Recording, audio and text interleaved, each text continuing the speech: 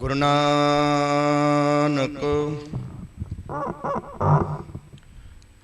पद पंकज बंदन,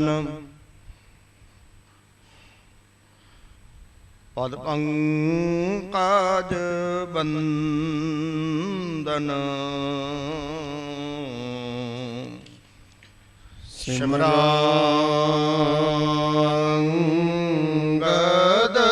दुख निकंदन, अमर दास हृदय नित त्यागो, हृदय नित त्यागो। श्री गुरु रामदास गुण गावो, गुरे अर्जुन विघ्न के नाशक, विघ्न के नाशक। श्री हर गोबिंद शोभ मत प्रकाशक, श्री हर राय नामो कार जोरी, नमो कार जोरी। श्री हर कृष्ण मनाऊं बहारी, तेग बहादुर परम कृपाला, वाहिगुरु परम कृपाला।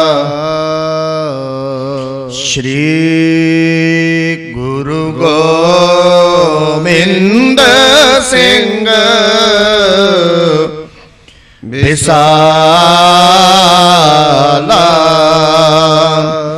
तरो तरा तर पुण्य पुण्य सीसा, वाहिगुरु पुण्य पुण्य सीसा। बंदों बार बार जगदीशा,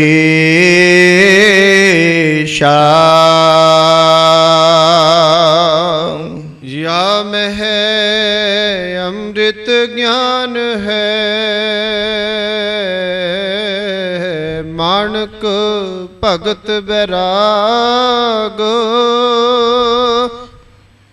श्री गुरु ग्रंथ साहिब उदत, बंधों कर अनुराग। एक अंकारा सतगुरु, ते प्रसाद सच होए। वाहेगुरु जी की फतेह है, विघ्न विनाशन सोए। वाहेगुरु जी की फतेह है, विघ्न विनाशन सोए। सतनाम वाहेगुरु साहिब जीओ, सुन सो कह कुलह सिरधारी, के कारण मुख करो उचारी। तब बोले बेदी कुल केता, कुलह सब तरण को समझो हेता। जुगो जुग अटल चबर शतर तख्त के मालक, निमाणियों के मान गुरु, निताणियों के तान गुरु, गुरु गरीब निवाज। ਸਾਹਿਬ ਸਤਿਗੁਰੂ ਸ੍ਰੀ ਗੁਰੂ ਗ੍ਰੰਥ ਸਾਹਿਬ ਜੀ ਦੇ ਪਾਵਨ ਔਰ ਪਵਿੱਤਰ ਚਰਨਾਂ ਕਮਲਾਂ ਦੇ ਵਿੱਚ ਸਜੇ ਹੋਏ ਸ਼ਾਮਾਂ ਵੇਲੇ ਦੇ ਸੰਧਿਆ ਵੇਲੇ ਦੇ ਪਵਿੱਤਰ ਦੀਵਾਨਾਂ ਦੀਆਂ ਹਾਜ਼ਰੀਆਂ ਭਰਨਾ ਕਰ ਰਹੀ ਗੁਰੂ ਪਿਆਰੀ ਗੁਰੂ ਸਵਾਰੀ ਸਾਧ ਸੰਗਤ ਜੀ, ਭਾਗਾਂ ਵਾਲਿਆਂ ਸਤਿਗੁਰੂ ਜੀ ਦੀ ਅਪਾਰ ਬਖਸ਼ਿਸ਼ ਔਰ ਰਹਿਮਤ ਦੇ ਸਦਕਾ ਆਪਾਂ ਸਾਰਿਆਂ ਨੂੰ ਗੁਰੂ ਚਰਨਾਂ ਵਿੱਚ ਜੁੜ ਬੈਠਣ ਦਾ ਸੁਭਾਗ ਪ੍ਰਾਪਤ ਹੋਇਆ ਹੈ। ਗੁਰੂ ਘਰ ਦੇ ਕੀਰਤਨੀਆਂ ਦੇ ਪਾਸੋਂ ਆਪ ਸਭ ਸੰਗਤਾਂ ਨੇ ਰੱਬੀ ਬਾਣੀ ਦੇ ਇਲਾਹੀ ਬਾਣੀ ਦੇ ਕੀਰਤਨ ਸਰਵਣ ਕੀਤੇ ਨੇ। ਸਮਾਂ ਹੋਇਆ ਧੰਨ ਧੰਨ ਸਾਹਿਬ ਸਤਿਗੁਰੂ ਸ੍ਰੀ ਗੁਰੂ ਨਾਨਕ ਸਾਹਿਬ ਜੀ ਦੇ ਚੱਲ ਰਹੇ ਲੜੀਵਾਰ ਗੁਰ ਇਤਿਹਾਸ ਦੇ ਨਾਲ ਆਪਾਂ ਸਾਰਿਆਂ ਨੇ ਸਾਂਝ ਪਾਉਣੀ ਹੈ। ਪਿਛਲੇ ਦਿਨਾਂ ਤੋਂ ਆਪਾਂ ਨਿਰੰਤਰ ਇਹ ਵਿਚਾਰਾਂ ਇਹ ਇਤਿਹਾਸ ਸਾਂਝਾ ਕਰਦੇ ਆ ਰਹੇ ਹਾਂ ਕਿ ਸਤਿਗੁਰੂ ਗੁਰੂ ਨਾਨਕ ਸਾਹਿਬ ਜੀ ਭਾਈ ਵਰਦਾਨਾ ਜੀ ਦੇ ਕਹਿਣ ਤੇ ਲੁਕਾਈ ਨੂੰ ਧਾਰਦੇ ਹੋਏ ਸੱਚ ਦਾ ਉਪਦੇਸ਼ ਦੇਣ ਵਾਸਤੇ ਸਤਿਗੁਰੂ ਜੀ ਮੱਕੇ ਦੀ ਯਾਤਰਾ ਤੇ ਮਾਲਕ ਜੀ ਜਿਹੜੇ ਨੇ ਉਹ ਗਏ ਨੇ। ਸਤਿਗੁਰੂ ਗੁਰੂ ਨਾਨਕ ਸਾਹਿਬ ਜੀ ਪੱਖਰ ਤੇ ਸੱਖਰ ਨਾਮ ਦੇ ਸਥਾਨ ਤੇ ਪਹੁੰਚੇ, ਜਿੱਥੋਂ ਹਾਜੀਆਂ ਦੀ ਹਜ ਯਾਤਰਾ ਸ਼ੁਰੂ ਹੁੰਦੀ ਹੈ। ਸਤਿਗੁਰੂ ਗੁਰੂ ਨਾਨਕ ਸਾਹਿਬ ਜੀ ਨੇ ਇੱਥੇ ਇੱਕ ਵੱਖਰਾ ਭੇਖ ਬਣਾਇਆ ਹੈ, ਜਿਹਦੇ ਵਿੱਚ ਨਾ ਸਤਿਗੁਰੂ ਜੀ ਹਿੰਦੂ ਨਜ਼ਰ ਆ ਰਹੇ ਨੇ ਤੇ ਨਾ ਹੀ ਮੁਸਲਮਾਨ। ਕਹਿਣ ਤੋਂ ਭਾਵ ਅੱਧੇ ਕੇ ਹਿੰਦੂ ਨੇ ਤੇ ਅੱਧੇ ਕੇ ਮੁਸਲਮਾਨ। ਸਤਿਗੁਰੂ ਗੁਰੂ ਨਾਨਕ ਸਾਹਿਬ ਜੀ ਨੇ ਇੱਕ ਕਾਜੀਆਂ ਵਾਲਾ ਜਿਹੜਾ ਹਾਜੀਆਂ ਵਾਲਾ ਭੇਖ ਹੈ ਉਹ ਝੋਲਾ ਪਾਇਆ, ਨੀਲ ਵਸਤਰ ਨੀਲੇ ਰੰਗ ਦਾ, ਕਿਉਂਕਿ ਉੱਥੇ ਹਾਜੀਆਂ ਵਾਸਤੇ ਇਹ ਬੜਾ ਜ਼ਰੂਰੀ ਹੈ। ਨਾਲ ਸਤਿਗੁਰੂ ਜੀ ਨੇ ਹੱਥ ਦੇ ਵਿੱਚ ਇੱਕ ਡੰਡਾ ਫੜਿਆ ਹੈ ਤੇ ਨਾਲ ਸਤਿਗੁਰੂ ਜੀ ਦੇ ਕੋਲ ਇੱਕ ਜਿਹੜੀ ਹੈ ਉਹ ਪੋਥੀ ਹੈ ਬਾਣੀ ਦੀ। ਸਤਿਗੁਰੂ ਜੀ ਨੇ ਸਿਰ ਦੇ ਉੱਪਰ ਸੀਸ ਦੇ ਉੱਪਰ ਇੱਕ ਟੋਪੀ ਰੱਖੀ ਹੈ, ਜਿਹੜੀ ਇਸਲਾਮ ਦੇ ਵਿੱਚ ਹਾਜੀਆਂ ਵਾਸਤੇ ਬੜੀ ਜ਼ਰੂਰੀ ਹੈ। ਜਾਂ ਟੋਪੀ ਕਹਿ ਲਓ ਜਾਂ ਛੋਟੀ ਦਸਤਾਰ ਕਹਿ ਲਓ। ਇੱਥੇ ਸ਼ਬਦ ਟੋਪੀ ਵੀ ਆਇਆ ਤੇ ਛੋਟੀ ਦਸਤਾਰ ਵੀ ਆਇਆ, ਕਿਉਂਕਿ ਭੇਖ ਧਾਰਨ ਕਰਨਾ ਹੈ। ਸਤਿਗੁਰੂ ਗੁਰੂ ਨਾਨਕ ਸਾਹਿਬ ਜੀ ਨੇ ਉੱਥੇ ਉਹ ਛੋਟੀ ਦਸਤਾਰ ਪਹਿਨੀ, ਨਾਲ ਸੇਲੀ ਹੈ ਜਿਹੜੀ ਉਹਨੂੰ ਬੰਨਣ ਵਾਸਤੇ ਹੁੰਦੀ, ਸੇਲੀ ਤੇ ਟੋਪੀ। ਸਤਿਗੁਰੂ ਜੀ ਨੇ ਜਨੇਊ ਵੀ ਪਾ ਲਿਆ, ਸਤਿਗੁਰੂ ਜੀ ਨੇ ਤਿਲਕ ਵੀ ਲਾ ਲਿਆ, ਟਿੱਕਾ ਵੀ ਲਾ ਲਿਆ। ਜਦੋਂ ਪੱਖਰ ਤੇ ਸੱਖਰ ਪਹੁੰਚੇ, ਇੱਥੇ ਬਹੁਤ ਸਾਰੇ ਹੋਰ ਵੀ ਹਾਜੀ ਨੇ ਜਿਨ੍ਹਾਂ ਨੇ ਅਜੇ ਯਾਤਰਾ ਇੱਥੋਂ ਸ਼ੁਰੂ ਕਰਨੀ ਹੈ। ਇੱਥੇ ਰਾਤ ਰੁਕਦੇ ਆ, ਕਿਉਂਕਿ ਇੱਥੋਂ ਦਾ ਅਗਲਾ ਸਫ਼ਰ ਜਿਹੜਾ ਹੈ ਉਹ ਇੱਕ ਜਹਾਜ਼ ਦੇ ਰਾਹੀਂ ਮੱਕੇ ਤੱਕ ਦਾ ਸਫ਼ਰ ਹੈ, ਉਹ ਤੈਅ ਕੀਤਾ ਜਾਣਾ। ਜਹਾਜ਼ ਤੇ ਚੜ੍ਹ ਕੇ ਅੱਗੇ ਦਾ ਸਫ਼ਰ ਜਿਹੜਾ ਉਹ ਹੁੰਦਾ ਸੀ। ਸਤਿਗੁਰੂ ਗੁਰੂ ਨਾਨਕ ਸਾਹਿਬ ਜੀ ਜਦੋਂ ਇੱਥੇ ਪਹੁੰਚੇ ਤੇ ਇੱਥੇ ਕਾਜੀ ਸਾਰੇ ਦੇ ਸਾਰੇ ਇਕੱਠੇ ਹੋ ਕੇ ਬੜੇ ਹੈਰਾਨ ਨੇ ਵੀ ਇਹ ਵੱਖਰਾ ਜਿਹਾ ਭੇਖ ਧਾਰਨ, ਨਾ ਹਿੰਦੂ ਨਜ਼ਰ ਆਉਂਦਾ ਨਾ ਮੁਸਲਮਾਨ ਹੈ। ਉੱਥੇ ਕਈਆਂ ਨੇ ਸਤਿਗੁਰੂ ਜੀ ਨੂੰ ਸਵਾਲ ਕੀਤੇ ਵੀ ਤੁਸੀਂ ਕੌਣ ਹੋ, ਕਿੱਥੋਂ ਆਏ ਹੋ, ਕਿੱਥੇ ਜਾ ਰਹੇ ਹੋ।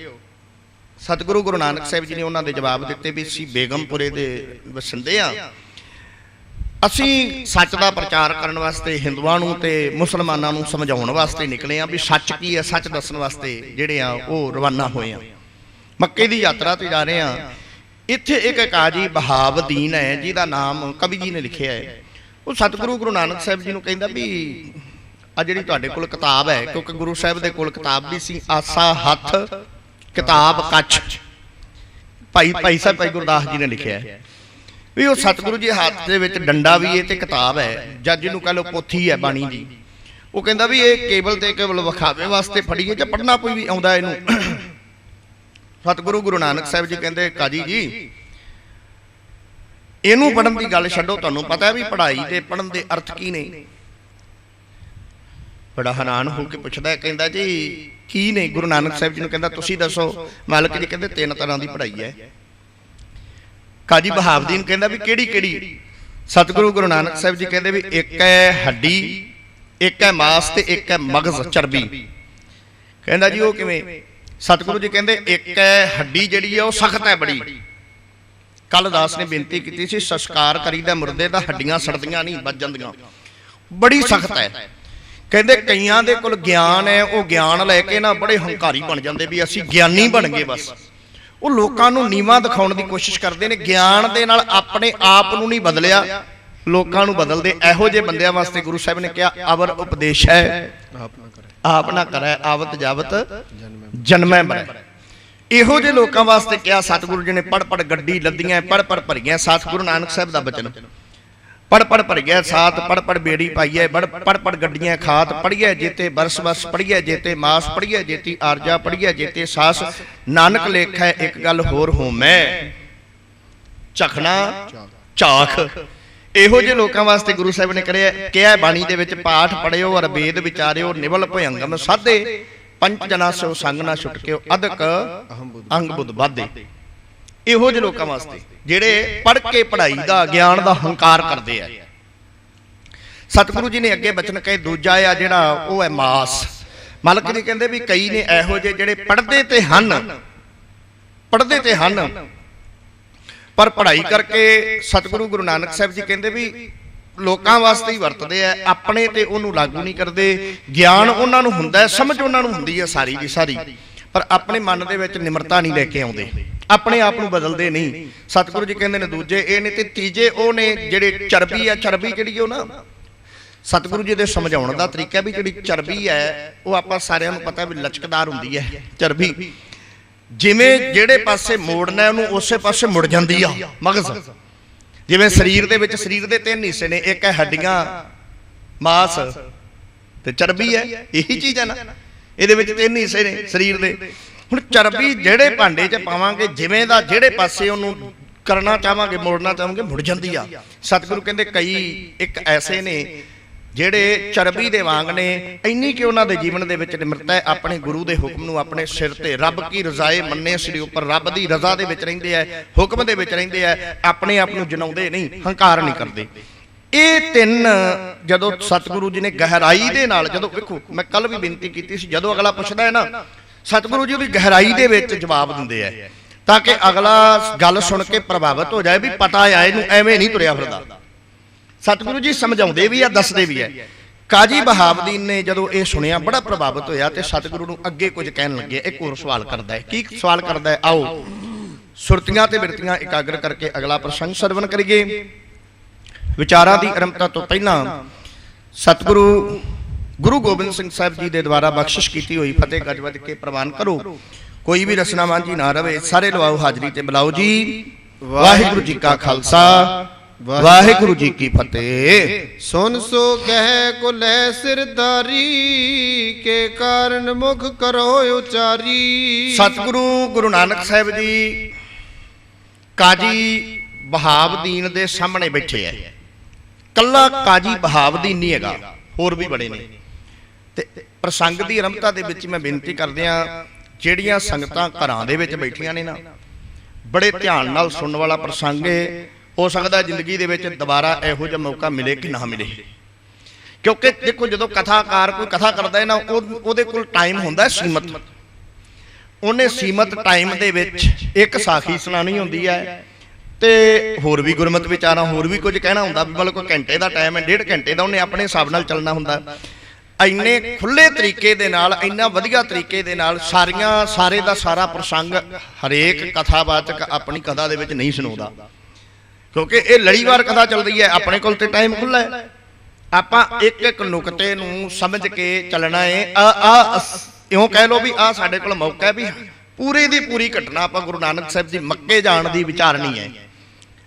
ਅਤੇ ਕਦੀ ਸੋਚਿਆ ਵੀ ਨਹੀਂ ਸੀਗਾ, ਵਿਚਾਰਿਆ ਹੀ ਨਹੀਂ, ਕਿਸੇ ਕਥਾਵਾਚਕ ਨੇ ਦੱਸਿਆ ਨਹੀਂ ਵੀ ਪੱਖਰ ਤੇ ਸਖਰ ਵੀ ਕੋਈ ਜਗ੍ਹਾ ਹੈਗੀ ਜਿੱਥੋਂ ਇਹਨਾਂ ਦੀ ਹਜ ਯਾਤਰਾ ਸ਼ੁਰੂ ਹੁੰਦੀ ਹੈ। ਇਸ ਕਰਕੇ ਮੈਂ ਬੇਨਤੀ ਕਰਾਂ, ਬੜਾ ਜ਼ਰੂਰੀ ਹੈ। ਕਾਜੀ ਬਹਾਵਦੀਨ ਸਾਹਮਣੇ ਬੈਠਾ ਗੁਰੂ ਨਾਨਕ ਸਾਹਿਬ ਜੀ ਨੂੰ ਕਹਿੰਦਾ ਹੈ, ਕਹਿੰਦਾ ਸਤਿਗੁਰੂ ਜੀ ਵੀ ਤੁਸੀਂ ਇਹ ਜਿਹੜੀ ਸਿਰ ਦੇ ਉੱਪਰ ਟੋਪੀ ਜਿਹੜੀ ਕੁਲਾ ਹੈ ਇਹ ਕਿਉਂ ਪਾਈ?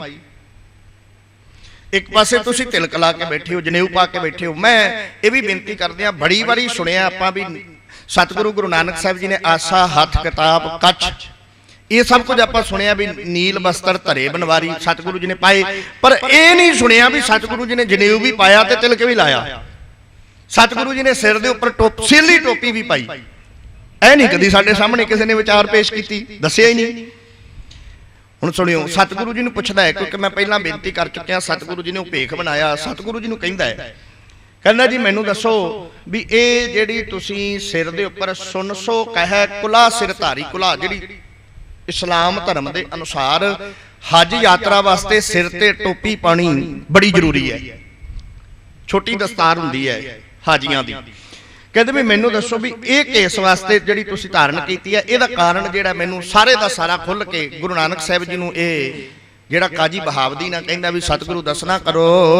ਤਬ ਬੋਲੇ ਬੇਦੀ ਕੁਲ ਕੇਤਾ ਕੁਲਹਿ ਦਰਨ ਕੋ ਸਮਝੋ ਹੇਤਾ। ਸਤਿਗੁਰੂ ਗੁਰੂ ਨਾਨਕ ਸਾਹਿਬ ਜੀ ਨੇ ਬਹਾਵਦੀਨ ਦਾ ਇਹ ਸਵਾਲ ਸੁਣਿਆ ਤੇ ਸਤਿਗੁਰੂ ਜੀ ਕਹਿੰਦੇ ਇਹਦੇ ਪਿੱਛੇ ਵੀ ਇੱਕ ਕਾਰਨ ਹੈ। ਦੇਖੋ ਜਿਹੜਾ ਸਵਾਲ ਕਾਜੀ ਬਹਾਵਦੀਨ ਪੁੱਛਦਾ ਹੈ ਸਤਿਗੁਰੂ ਉਹਦਾ ਬੜੀ ਗਹਿਰਾਈ ਦੇ ਨਾਲ ਉੱਤਰ ਦੇ ਰਹੇ ਨੇ। ਐ ਨਹੀਂ ਕਹਿੰਦੇ ਵੀ ਜੀ ਅਸੀਂ ਹਜ ਯਾਤਰਾ ਤੇ ਜਾਂਦੇ ਆ ਤੇ ਤਾਂ ਪਾਈਏ। ਸਤਿਗੁਰੂ ਕਹਿੰਦੇ ਨਹੀਂ, ਤਾਂ ਕਿ ਅਗਲਾ ਸਵਾਲ ਪੁੱਛਣ ਵਾਲਾ ਪ੍ਰਭਾਵਿਤ ਹੋਵੇ, ਵੀ ਪਤਾ ਹੋਵੇ ਵੀ ਇਹਨੂੰ ਵੀ ਭਾਈ ਪਤਾ ਹੈ ਵੀ ਇਹ ਜਿਹੜਾ ਹਜ ਯਾਤਰਾ ਐਵੇਂ ਨਹੀਂ ਚੱਲਿਆ, ਇਹਨੂੰ ਸਾਰੀ ਗੱਲ ਦਾ ਸਾਰੀ ਚੀਜ਼ ਦਾ ਭੇਦ ਹੈ। ਹੁਣ ਜਦੋਂ ਕਹਿੰਦਾ ਵੀ ਤੁਸੀਂ ਇਹ ਸਿਰ ਦੇ ਉੱਪਰ ਟੋਪੀ ਕਿਉਂ ਪਾਈ ਹੈ ਤੇ ਸਤਿਗੁਰੂ ਗੁਰੂ ਨਾਨਕ ਸਾਹਿਬ ਜੀ ਕਹਿਣ ਲੱਗੇ ਕਾਜੀ ਜੀ ਇਹਦੇ ਪਿੱਛੇ ਵੀ ਇਹਦਾ ਪਹਿਨਣ ਦਾ ਵੀ ਇੱਕ ਬੜਾ ਵੱਡਾ ਕਾਰਨ ਹੈ। ਛੋਟੀ ਕੁਲਹਾ ਵੱਡੀ ਦਸਤਾਰਾ ਤੇ ਦਰਦ ਜਿਉ ਸਰਬੰਕਾਰਾ। ਸਤਿਗੁਰੂ ਜੀ ਕਹਿੰਦੇ ਨੇ ਵੀ ਕਾਜੀ ਬਹਾਵਦੀਨ ਜੀ ਜਿਹੜੀ ਛੋਟੀ ਹੁੰਦੀ ਹੈ ਨਾ, ਛੋਟੀ ਦਸਤਾਰ ਛੋਟੀ, ਉਹਨੂੰ ਕਹਿੰਦੇ ਨੇ ਕੁਲਾ ਛੋਟੀ, ਤੇ ਜਿਹੜੀ ਵੱਡੀ ਹੁੰਦੀ ਹੈ ਜਿਹੜੀ ਦਾਸ ਨੇ ਬੰਨੀ ਹੈ, ਭਾਈ ਸਾਹਿਬ ਨੇ ਬੰਨੀ, ਇਹਨੂੰ ਕਹਿੰਦੇ ਨੇ ਦਸਤਾਰ। ਜਿਹੜੀ ਛੋਟੀ ਹੈ ਉਹਨੂੰ ਕੁਲਾ ਕਹਿੰਦੇ ਨੇ। ਸਤਿਗੁਰੂ ਦੀ ਬਾਣੀ ਦੇ ਵਿੱਚ ਬਚਨ ਆਇਆ ਕੁੱਲਾਂ ਦੇ ਬਾਬਲੇ। ਇੱਕ ਦਿਨ ਸਤਿਗੁਰੂ ਦਾਸ ਨੇ ਸ਼ਬਦ ਸਾਂਝਾ ਕੀਤਾ ਸੀ ਵੀ ਇੱਕ ਦੂਜੇ ਨੂੰ ਟੋਪੀਆਂ ਦਿੰਦੇ ਆ, ਜਿਹੜਾ ਸਾਡੇ ਧਰਮ ਦੇ ਵਿੱਚ ਵੀ ਆ ਗਿਆ, ਦਸਤਾਰਾਂ ਦੇਣੀਆਂ, ਕੁੱਲਾਂ ਦਿੰਦੇ ਬਾਬਲੇ, ਕਮਲੇ ਦਿੰਦੇ ਨੇ ਟੋਪੀਆਂ, ਪੱਗਾਂ ਲੈਂਦੇ ਵੱਡੇ ਨਲੱਜ ਤੇ ਲੈਣ ਵਾਲੇ ਵੱਡੇ ਬਸ਼ਰਮਣੇ। ਚੂਹਾ ਖੰਡਣਾ ਮਾਵਈ, ਗੁਰੂ ਨਾਨਕ ਸਾਹਿਬ ਦਾ ਸ਼ਬਦ, ਚੂਹਾ ਖੰਡਣਾ ਮਾਵਈ ਤਿੱਕਲ ਬੰਨੈ ਛੱਜ। ਕਹਿੰਦੇ ਜਦੋਂ ਦਸਤਾਰਾਂ ਦਿੰਦੇ ਨੇ ਨਾ ਨਾਲੇ ਅਸੀਸਾਂ ਦਿੰਦੇ ਨੇ ਵੀ ਜਿਉਂਦਾ ਰਹਿ, ਜਵਾਨੀਆਂ ਮਾਣ, ਤੇਰਾ ਕਾਰੋਬਾਰ ਵਧੀਆ। ਸਤਿਗੁਰੂ ਜੀ ਕਹਿੰਦੇ ਦੇਣ ਦਵਾਈ ਸੇ ਮਰੈ, ਜਿਹੜੇ ਦਵਾਵਾਂ ਦਿੰਦੇ ਨੇ ਉਹ ਵੀ ਮਰਦੇ ਨੇ, ਜਿਨਕੋ ਦੇਣ ਸੇ ਜਾਹੇ ਉਹਨਾਂ ਨੇ ਵੀ ਮਰ ਜਾਣਾ। ਕਹਿਣ ਤੋਂ ਭਾਵ ਗੁਰਮਤਿ ਦੇ ਵਿੱਚ ਸਤਿਗੁਰੂ ਗੁਰੂ ਨਾਨਕ ਸਾਹਿਬ ਜੀ ਨੇ ਇਸ ਚੀਜ਼ ਦਾ ਵਿਰੋਧ ਕੀਤਾ, ਪਰ ਫਿਰ ਵੀ ਸਾਡੇ ਇੱਕ ਬਾਬਾ ਮਰਦਾ ਹੈ ਤੇ ਸਾਰਾ ਪੰਥ ਇਕੱਠਾ ਹੋ ਕੇ ਉਹਨੂੰ ਪੱਗ ਦੇਣ ਵਾਸਤੇ ਆ ਜਾਂਦਾ ਜੀ, ਬਾਬੇ ਨੂੰ ਦਸਤਾਰ ਦੇਣੀ। ਗੁਰੂ ਨਾਨਕ ਸਾਹਿਬ ਦੀ ਬਾਣੀ ਤੇ ਕੁਛ ਹੋਰ ਕਹਿੰਦੀ ਪਈ, ਕੁੱਲਾਂ ਦਿੰਦੇ ਬਾਬਲੇ, ਲੈਂਦੇ ਵੱਡੇ ਨਲੱਜ।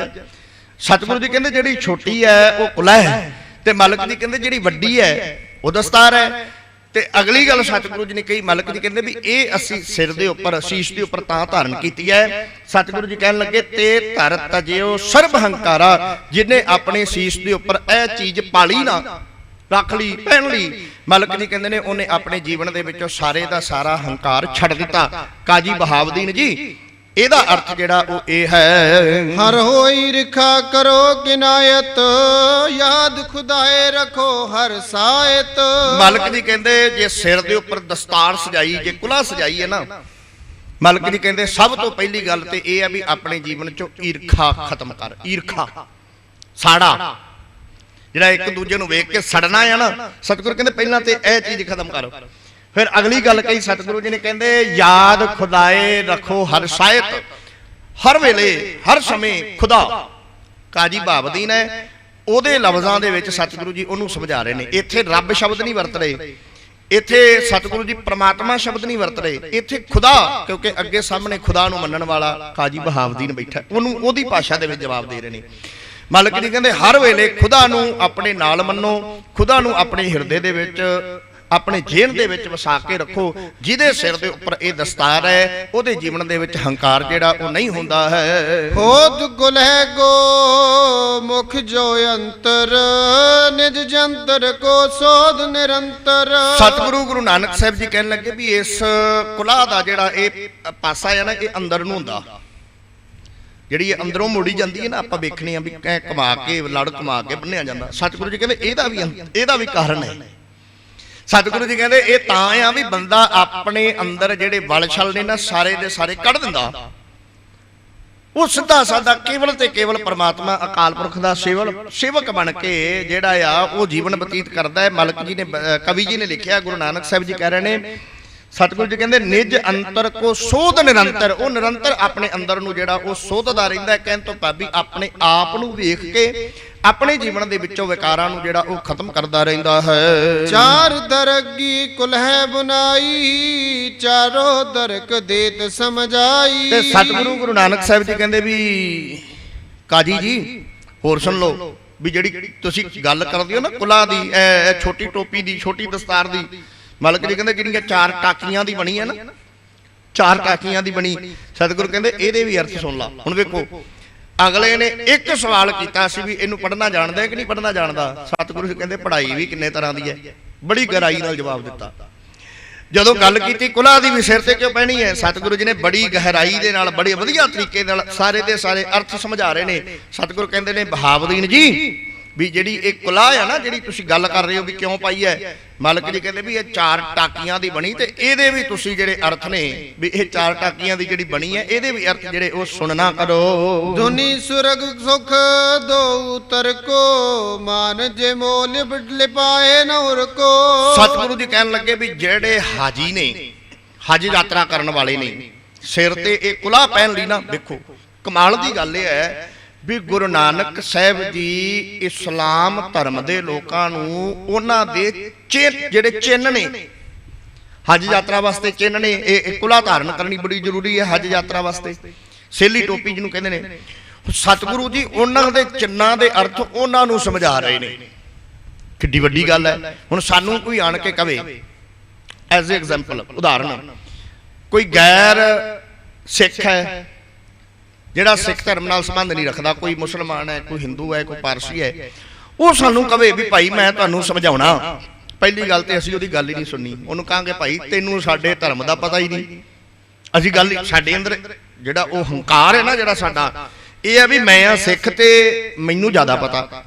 ਜ਼ਰੂਰੀ ਨਹੀਂ, ਚੇਤੇ ਰੱਖਿਓ ਜੇ ਵੀ ਮੈਂ ਸਿੱਖ ਧਰਮ ਨੂੰ ਜਿਹੜਾ ਫੋਲੋ ਕਰਦਾ ਜਾਂ ਮੇਰਾ ਧਰਮ ਸਿੱਖ ਹੈ ਤੇ ਜ਼ਰੂਰੀ ਨਹੀਂ ਹੈਗਾ ਵੀ ਸਭ ਕੁਝ ਮੈਨੂੰ ਪਤਾ ਹੋਵੇ।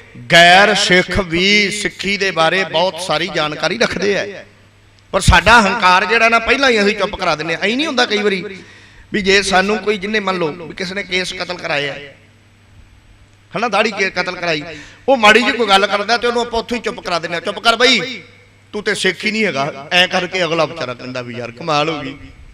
ਅੱਛਾ, ਐਂ ਨਹੀਂ ਕਦੀ ਕਿਹਾ ਵੀ ਭਾਈ ਸਾਹਿਬ ਜਿੱਦਣ ਅਗਲਾ ਮੱਥਾ ਟੇਕਣ ਆਉਂਦਾ ਅਗਲਾ ਕਹਿੰਦਾ ਮੈਂ 10,000 ਗੁਰਦੁਆਰੇ ਨੂੰ ਦੇਣਾ, ਉਦੋਂ ਤੇ ਨਹੀਂ ਕਹਿੰਦੇ ਵੀ ਤੇਰਾ 10,000 ਨਹੀਂ ਲੈਣਾ, ਤੂੰ ਸਿੱਖ ਨਹੀਂ ਹੈਗਾ, ਵੀ ਤੂੰ ਦਾੜੀ ਨਹੀਂ ਰੱਖੀ। ਉਦੋਂ ਤੇ ਕਹਿੰਦੇ ਭਾਈ ਸਾਹਿਬ 5 ਹੋਰ ਪਾ ਦਿਓ, 15 ਕਰ ਦਿਓ, ਗੁਰਦੁਆਰੇ ਨੂੰ ਬੜੀ ਲੋੜ ਹੈ। ਉਦੋਂ ਐ ਕਹਿਣਗੇ ਵੀ ਉਦੋਂ ਜ਼ਿਆਦਾ ਦੇ ਦੇ, ਤੇ ਜਿੱਦਣ ਅਗਲਾ ਸਲਾਹ ਦੇਣ ਲੱਗਦਾ, ਗੱਲ ਕਰਨ ਲੱਗਦਾ, ਉਦੋਂ ਕਹਿੰਦਾ ਚੁੱਪ ਕਰ ਬਈ ਤੂੰ ਸਿੱਖ ਨਹੀਂ ਹੈਗਾ।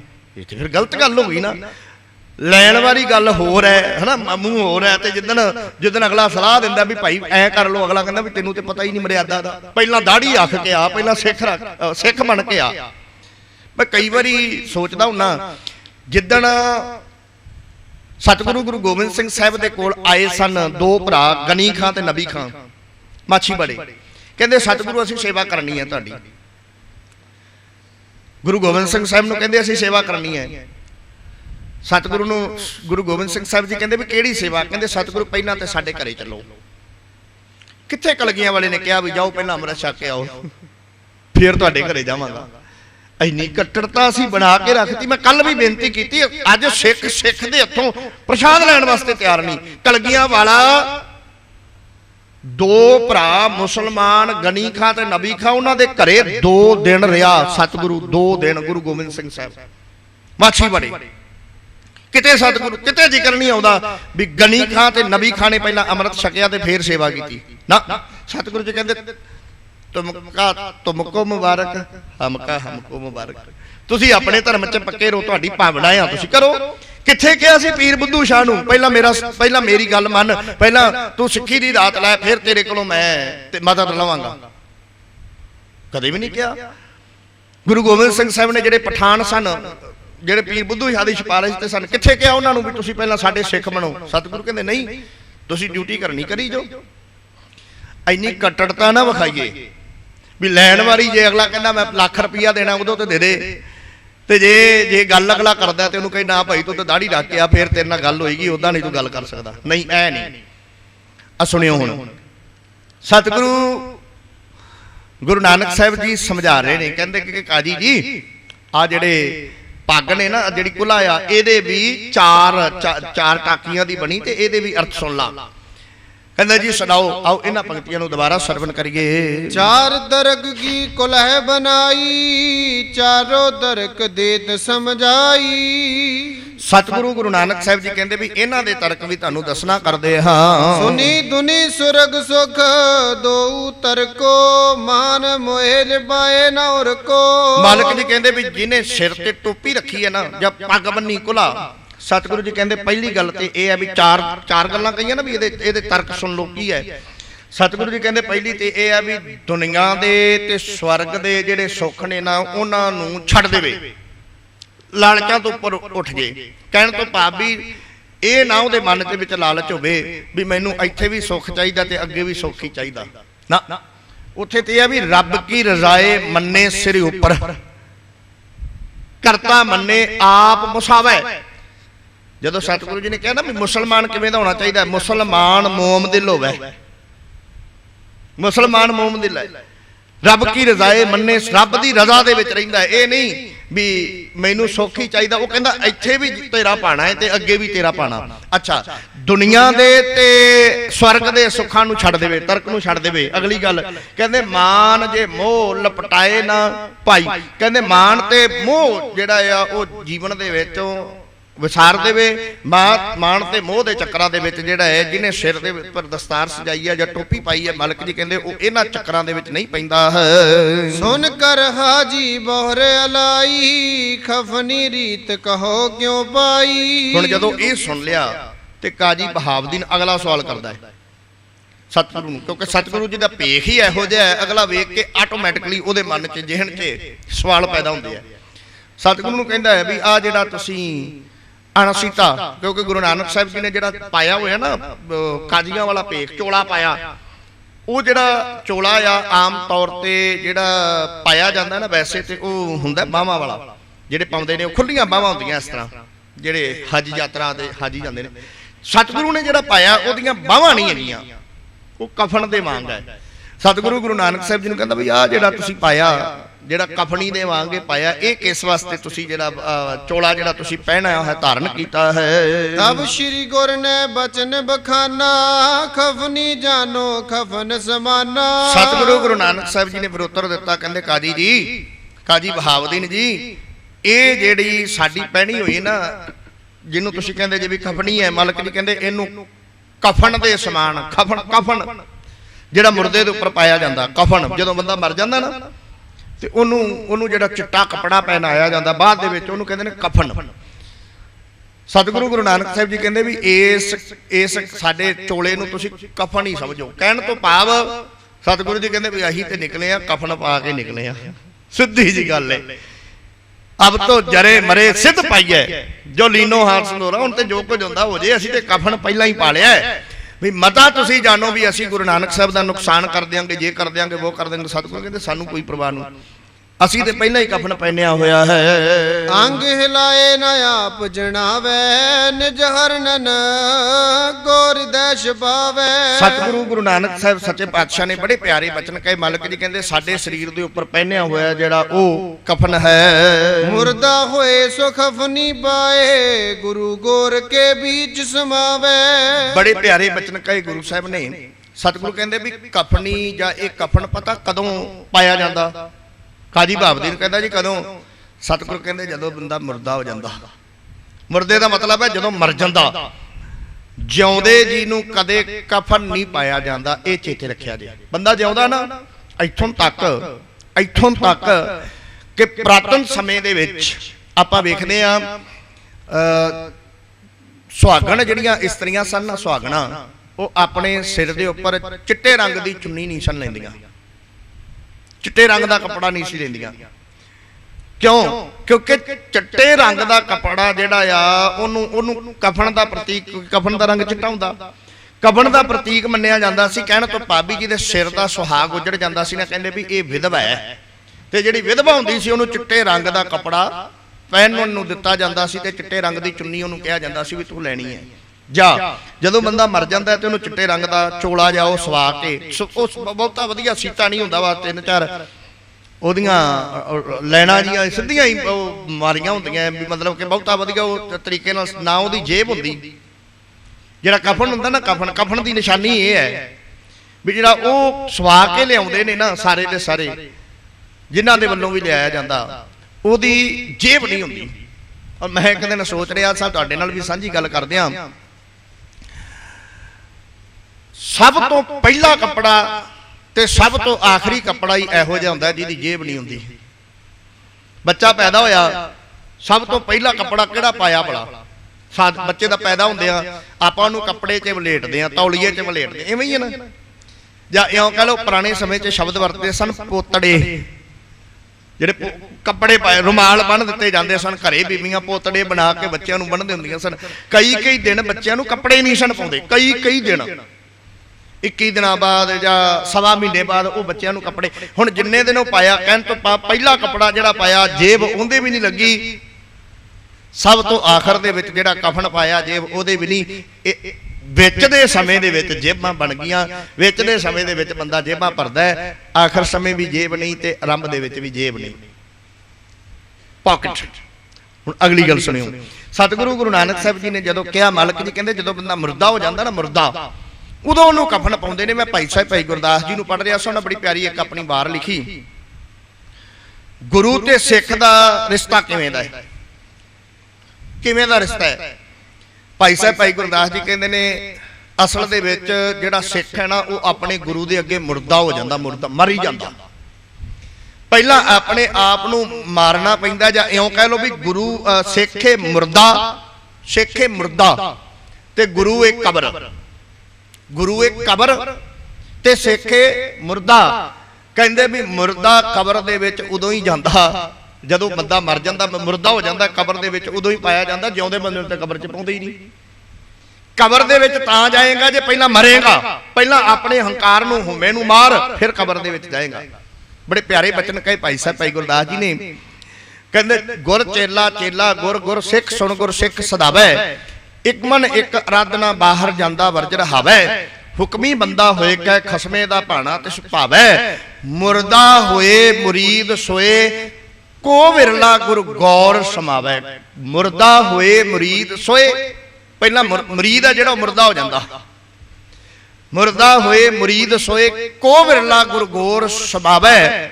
ਅੱਗੇ ਕਿਹਾ ਆਪ ਗਣਾਏ ਨਾ ਆਪ ਹੋਏ ਦੂਜਾ ਭਾਉ ਨਾ ਨਦਰੀ ਆਵੈ, ਪੈਰੀ ਪੈ ਖਾਕ ਹੋਏ, ਪੈਰਾਂ ਦੀ ਚਰਨਾਂ ਦੀ ਧੂੜ ਬਣ ਜਾਂਦਾ ਹੈ। ਕਹਿੰਦੇ ਦੂਜਾ ਭਾਉ ਨਾ ਨਦਰੀ ਆਵੇ, ਆਪ ਗਵਾਏ ਨਾ ਆਪ ਜਨਾਵੈ, ਗੁਰ ਸਿੱਖੀ ਗੁਰ ਸਿੱਖ ਕਮਾਵੇ। ਕਹਿੰਦੇ ਐ ਗੁਰ ਸਿੱਖ ਜਿਹੜਾ ਉਹ ਗੁਰ ਸਿੱਖੀ ਨੂੰ ਕਮਾਉਂਦਾ ਹੈ। ਕਹਿਣ ਤੋਂ ਭਾਵ ਵੀ ਪਹਿਲਾਂ ਗੁਰੂ ਦੇ ਕੋਲੋਂ ਦਾਤ ਲੈਣ ਵਾਸਤੇ, ਗੁਰੂ ਦੇ ਕੋਲੋਂ ਗਿਆਨ ਲੈਣ ਵਾਸਤੇ, ਸਮਝ ਲੈਣ ਵਾਸਤੇ ਆਪਣੇ ਆਪ ਨੂੰ ਮਾਰਨਾ ਪੈਣਾ। ਮਾਰਨਾ ਕਿਵੇਂ ਹੈ? ਆਪਣੇ ਹੰਕਾਰ ਨੂੰ ਖਤਮ ਕਰਨਾ ਪੈਣਾ, ਆਪਣੀ ਹਉਮੈ ਨੂੰ ਮਿਟਾਉਣਾ ਪੈਣਾ। ਗੁਰੂ ਹੈ ਕਬਰ ਤੇ ਸਿੱਖ ਹੈ ਮੁਰਦਾ। ਬਸ ਇਹ ਗੱਲ ਸਤਿਗੁਰੂ ਗੁਰੂ ਨਾਨਕ ਸਾਹਿਬ ਜੀ ਵੀ ਇੱਥੇ ਕਹਿ ਰਹੇ ਨੇ। ਕੀ ਕਿਹਾ ਮਾਲਕ ਨੇ? ਸੁਣਿਓ, ਸਤਿਗੁਰੂ ਗੁਰੂ ਨਾਨਕ ਸਾਹਿਬ ਜੀ ਕਹਿੰਦੇ ਨੇ ਮੁਰਦਾ ਹੋਏ ਸੋ ਕਫਨੀ ਪਾਵੇ।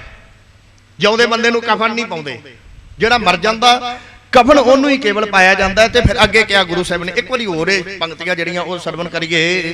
ਮੁਰਦਾ ਹੋਏ ਸੋ ਕਫਨੀ ਪਾਵੇ, ਗੁਰੂ ਗੋਰ ਕੇ ਬੀਚ ਸਮਾਵੇ। ਮੁਰਦਾ ਹੋਏ ਸੋ ਕਫਨੀ ਪਾਵੇ, ਗੁਰੂ ਗੌਰ ਕੇ ਬੀਚ ਸਮਾਵੇ। ਉਹੀ ਗੱਲ ਆ ਗਈ ਵੀ ਗੁਰੂ ਕਬਰ ਹੈ ਤੇ ਸਿੱਖ ਮੁਰਦਾ ਹੈ। ਮੁਰਦਾ ਹੋਏ ਸੋ ਕਫਨੀ ਪਾਵੇ, ਗੁਰੂ ਗੌਰ ਕੇ ਬੀਚ ਸਮਾਵੇ। ਉਹ ਗੁਰੂ ਰੂਪੀ ਕਬਰ ਦੇ ਵਿੱਚ ਗੁਰੂ ਕਾ ਸਿੱਖ ਜਿਹੜਾ ਉਹ ਸਮਾ ਜਾਂਦਾ, ਜਿਹੜਾ ਆਪਣੇ ਸਰੀਰ ਦੇ ਉੱਪਰ ਮੁਰਦਾ ਬਣ ਕੇ ਆਪਣੇ ਉੱਪਰ ਕਫਨੀ ਪਹਿਨ ਲੈਂਦਾ ਹੈ। ਅੰਗ ਹਿਲਾਏ ਨਾ ਆਪ ਜਣਾਵੇ, ਜਿਨ ਹਨਰਨ ਕੋ ਹਿਰਦੈ ਛੁਪਾਵੇ। ਬੜੀ ਪਿਆਰੀ ਗੁਰੂ ਨਾਨਕ ਸਾਹਿਬ ਜੀ ਨੇ ਇੱਥੇ ਗੱਲ ਕਹੀ। ਮਾਲਕ ਜੀ ਕਹਿੰਦੇ ਮੁਰਦਾ ਕੀ ਹੈ? ਹੁਣ ਗੁਰੂ ਗੌਰ ਦੇ ਵਿੱਚ ਪਿਆ ਨਾ, ਕਬਰ ਦੇ ਵਿੱਚ ਪਿਆ। ਕਹਿੰਦੇ ਹੁਣ ਕਬਰ ਦੇ ਵਿੱਚ ਮੁਰਦਾ ਪਿਆ, ਆਪਦੇ ਅੰਗ ਨਹੀਂ ਹਿਲਾਉਂਦਾ। ਕਹਿਣ ਤੋਂ ਭਾਵ ਵੀ ਕਬਰ ਦੇ ਵਿੱਚ ਪਿਆ ਹੋਇਆ ਆਪਣੀ ਮਰਜ਼ੀ ਨਹੀਂ ਕਰਦਾ, ਜਿਵੇਂ ਕਬਰ ਦੀ ਮਰਜ਼ੀ ਹੈ ਬਸ ਉੱਥੇ ਤੇ ਕਬਰ ਦੀ ਮਰਜ਼ੀ ਚੱਲਣੀ ਹੈ, ਜਾਂ ਉਹਨਾਂ ਕਬਰ ਦੇ ਵਿੱਚ ਰੱਖਣ ਵਾਲਿਆਂ ਦੀ ਮਰਜ਼ੀ ਚੱਲਣੀ ਹੈ। ਮੁਰਦਾ ਆਪਦੇ ਅੰਗ ਤੇ ਨਹੀਂ ਨਾ ਲਾਉਂਦਾ। ਅਗਲੀ ਗੱਲ ਬੜੀ ਪਿਆਰੀ ਗੁਰੂ ਸਾਹਿਬ ਨੇ ਕਹੀ।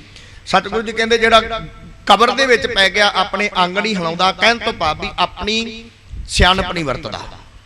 ਆਪਣੀਆਂ ਹੁਜਤਾਂ, ਆਪਣੀਆਂ ਚਤੁਰਾਈਆਂ, ਆਪਣੀ ਮੱਤ ਸਭ ਕੁਝ ਛੱਡ ਦਿੰਦਾ। ਉਹ ਕਹਿੰਦਾ ਵੀ ਮੈਂ ਤੇ ਹੁਣ ਗੁਰੂ ਤੇ ਹੀ ਛੱਡਤਾ, ਤਨ ਮਨ ਧਨ ਸਭ ਸੌਂਪ ਗੁਰ ਕੋ ਹੁਕਮ ਮੰਨਿਆ ਪਾਈਆ। ਅਗਲੀ ਗੱਲ ਇੱਕ ਹੋਰ ਬੜੀ ਪਿਆਰੀ ਕਹੀ, ਕਹਿੰਦੇ ਇੱਕ ਤੇ ਇਹ ਆ ਵੀ ਆਪਣੇ ਆਪ ਨੂੰ ਜੜਾਉਂਦਾ ਨਹੀਂ, ਉਹ ਮੁਰਦਾ ਹੋ ਜਾਂਦਾ, ਅੰਗ ਨਹੀਂ ਹਿਲਾਉਂਦਾ।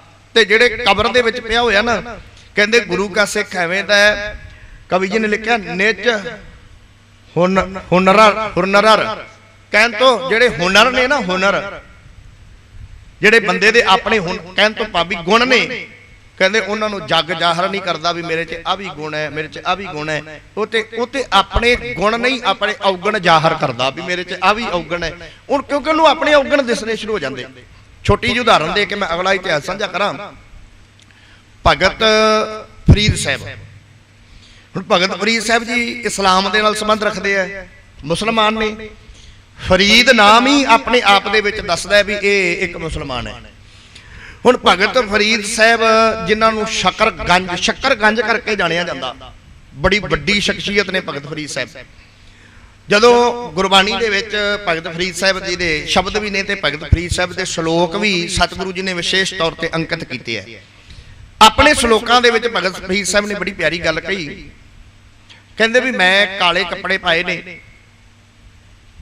ਕਾਲਾ ਮੇਰਾ ਭੇਖ ਹੈ, ਵੇਸ ਹੈ। ਕਿਉਂਕਿ ਆਮ ਤੌਰ ਤੇ ਪੁਰਾਣੇ ਸਮੇਂ ਦੇ ਵਿੱਚ ਜਿਹੜੇ ਆਪਾਂ ਪੀਰ ਫਕੀਰ ਜਿਹੜੇ ਹੁੰਦੇ ਸਨ, ਉਹ ਆਪਣੇ ਕਾਲੇ ਕੱਪੜੇ ਪਾ ਲੈਂਦੇ ਹੁੰਦੇ ਸਨ, ਜਿਹੜੇ ਵਾਕਈ ਪ੍ਰਮਾਤਮਾ ਅਕਾਲ ਪੁਰਖ ਦੀ ਬੰਦਗੀ ਤੇ ਨਿਕਲੇ ਸਨ। ਭਗਤ ਫਰੀਦ ਸਾਹਿਬ ਨੇ ਕੱਪੜੇ ਕਾਲੇ ਪਾਏ ਹੈ ਤੇ ਲੋਕ ਬੜੇ ਪ੍ਰਭਾਵਿਤ ਹੈ। ਤੇ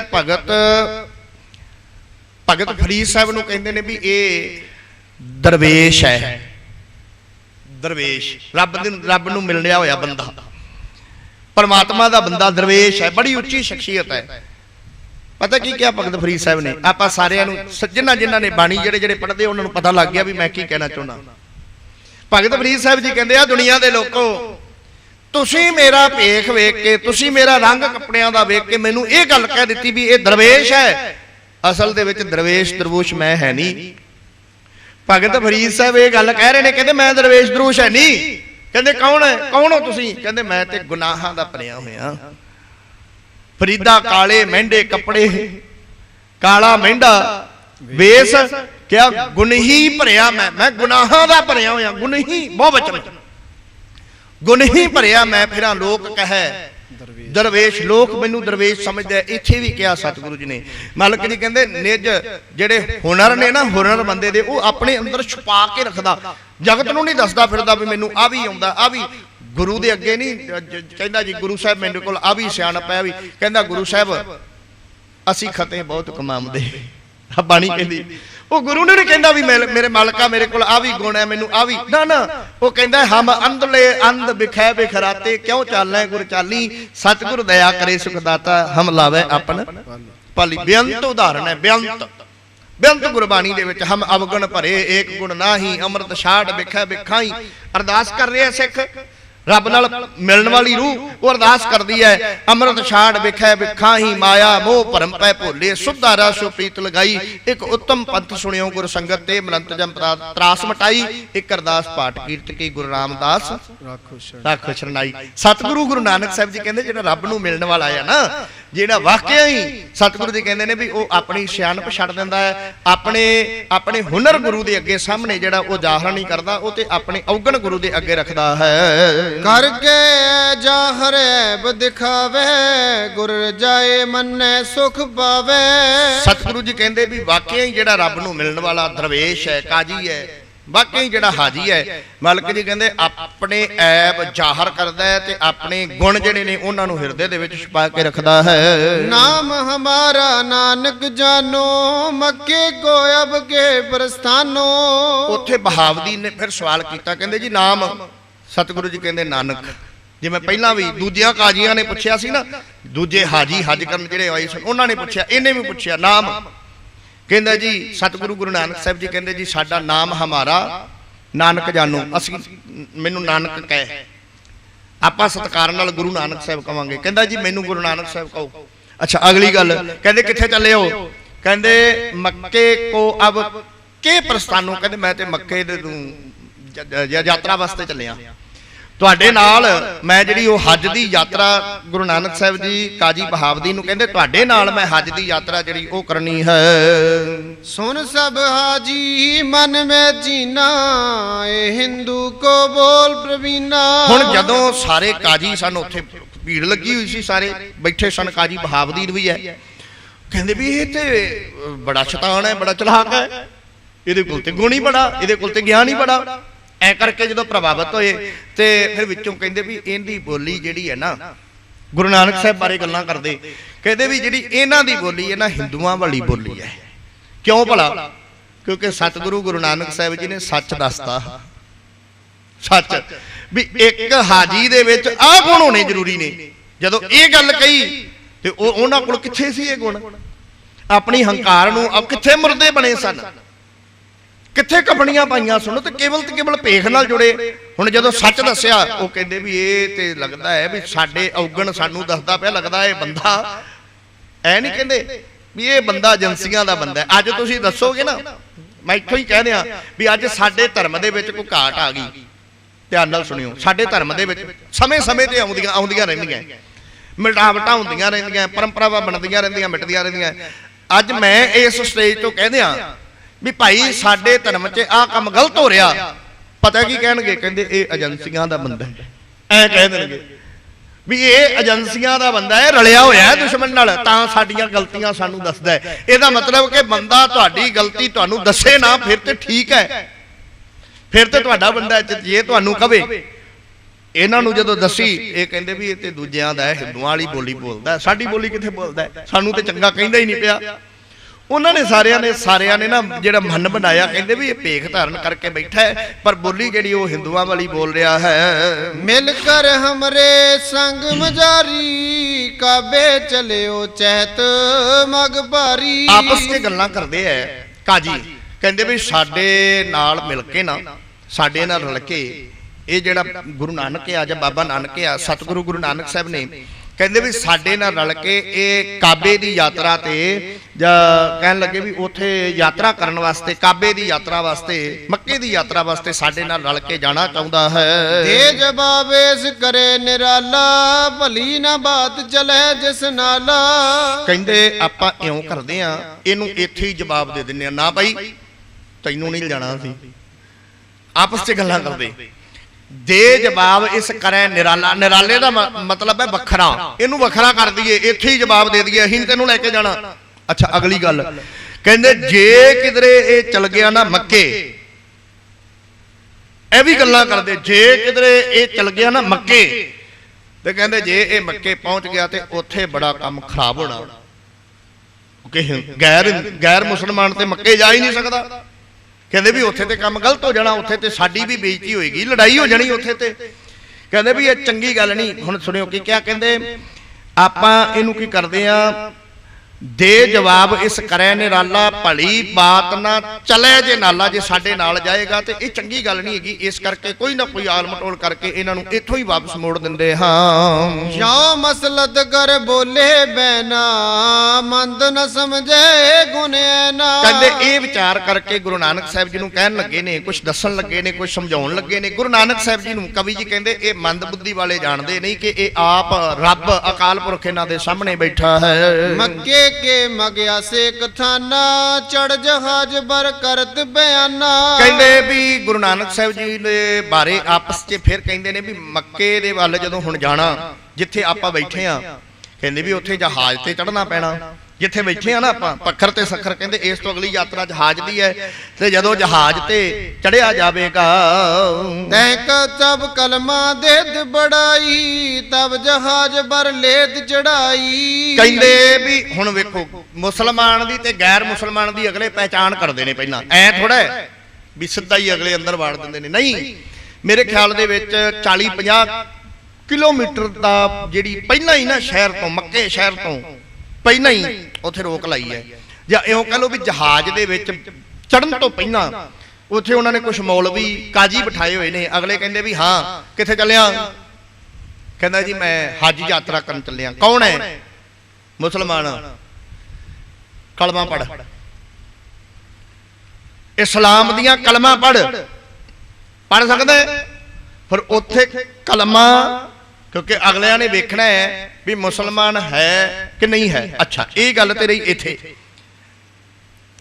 इथे भी मतलब कि कलमा और कलमा ते गैर मुसलमान भी चेते कर सकदा है।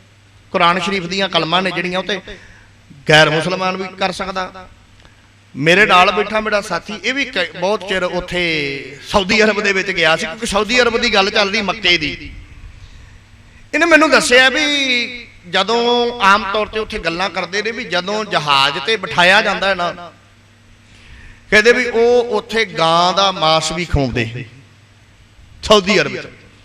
हिंदू होएगा तो गां दा मांस ते कदे नहीं खाएगा, होर कोई धर्म दा होएगा तो वह भी गां दा मांस नहीं खाएगा। इस्लाम दे विच गां दा मांस खाना आम जी गल है, हलाल करके ना विशेष तौर पर उत्थे हो सकता मैं इस गल नूं मैं ये कह दियां भी मेरे वालों मैं चंगी तरह ये नहीं करता भी यही कुछ हुंदा है। हाँ कलमा वाली गल दा मैनूं पता भी कलमा ते जरूर पढ़ाईयां जांदियां, क्योंकि कवि जी ने लिखिया ते मैं भी सुनिया। बाकी जिहड़ी मास वाली गल है ना उहदे बारे मैं पूरा क्लीयर नहीं, पर मैनूं इउं लगदा है भी गल सच्ची भी हो सकती है। हो सकता है गां दा मांस खवाया जाता होवे, क्योंकि कलमा ते गैर मुसलमान भी चेते कर सकदा।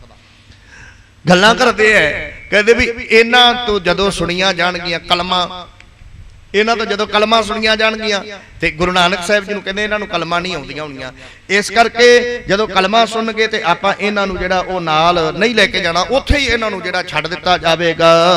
सुन कर श्री मुख सो मुस्काने, दिन सो ऐसे बचन बखाने। कहंदे सतगुरु गुरु नानक साहिब जी हस पे जदों उन्हां दी विचार सुनी ना, आपस में गल्लां करदे भी इन्हां नूं कित्थे कलमा आउंदियां होणीਆਂ। ते सतगुरु गुरु नानक साहिब जी हस पे ते हस के सतगुरु गुरु नानक साहिब जी इन्हां नूं कुछ कहन लगे। हुण सतगुरु गुरु नानक साहिब जी उत्ते मुस्कुरा के जदों आपस च गल्लां करदे भी इन्हां नूं कित्थे कलमा कुलमा आउंदियां होणीਆਂ, ते गुरु नानक साहिब जी हस पे ते आप समझ गए होवे गुरु नानक साहिब जी दे हासे दा कारण परमात्मा अकाल पुरख है, रब है गुरु नानक साहिब। सतगुरु गुरु नानक साहिब दे सामने जदों बैठा सी ना काजी कुतुबुद्दीन, आपां पिछे जे जदों गुरु नानक साहिब जी दे बचपन की गल पढ़ी सी, जदों सतगुरु जी मसीह ओहदे विच गए सी मसीत दे विच पढ़न वास्ते, जदों बिठाया गया सी मुल्लां दे कोल, ते जदों ओहदे सामने सतगुरु गुरु नानक साहिब जी बैठे सन ते उहने जदों पढ़ाउणा शुरू कीता सी ते गुरु नानक साहिब जी ने उहनूं सारे दियां सारियां कलमां की इस्लाम दा सब कुछ सुणा दिता। सारियां दियां सारियां जदों पढ़ के सुनाईयां, उहनां दी कलमां पढ़ के सुना दित्तियां गुरु नानक साहिब जी ने। वो तो आप बड़ा हैरान होया, ये सोचते हैं भी गुरु नानक साहिब जी आम जे इंसान ने, गुरु नानक साहिब जी नूं की पता होना कित्थे कलमां आउंदियां होणगीਆਂ, पर सतगुरु गुरु नानक साहिब जी सब कुछ जानते हैं। बड़ा प्यारा इतिहास है। मैं फिर बेनती कर दियां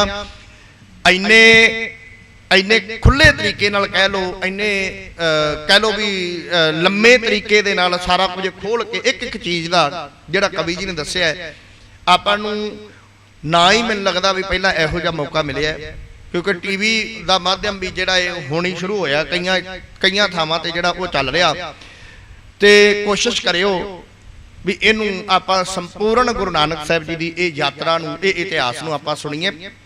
फायदा तां ही है, आनंद तां ही है भी वाकई एक एक चीज़ की हुण समझ आ रही, जिथे जिथे सतगुरु गुरु नानक साहिब जी किवें किवें किहड़े किहड़े गुरु नानक साहिब जी तर्क दे रहे ने, उन्हां तर्कां दे नाल आपां अपने अपने जीवन नूं भी बदलना है, अपने जीवन दे विच भी वो तर्क वो सतगुरु जी दे गुण दस्से होए जिहड़े धारण करने ने। इन्नियां बेनतियां प्रवान करिया जे, होईयां भुल्लां लई मुआफी फतेह बुलाओ। वाहिगुरू जी का खालसा, वाहिगुरू जी की फतेह। धन वाहिगुरू साहिब जी। राम कली महला तीजा। आनंद एक ओंकार सतगुर प्रसाद। आनंद भया मेरी माए सतगुरु मैं पाया, सतगुर तां पाया सहज सेती मन वजियां वाधाइयां। राग रतन परवार परियां शब्द गावणे आईयां। शब्द ओदां गावो हरि के रामन जिन्नी वसाया।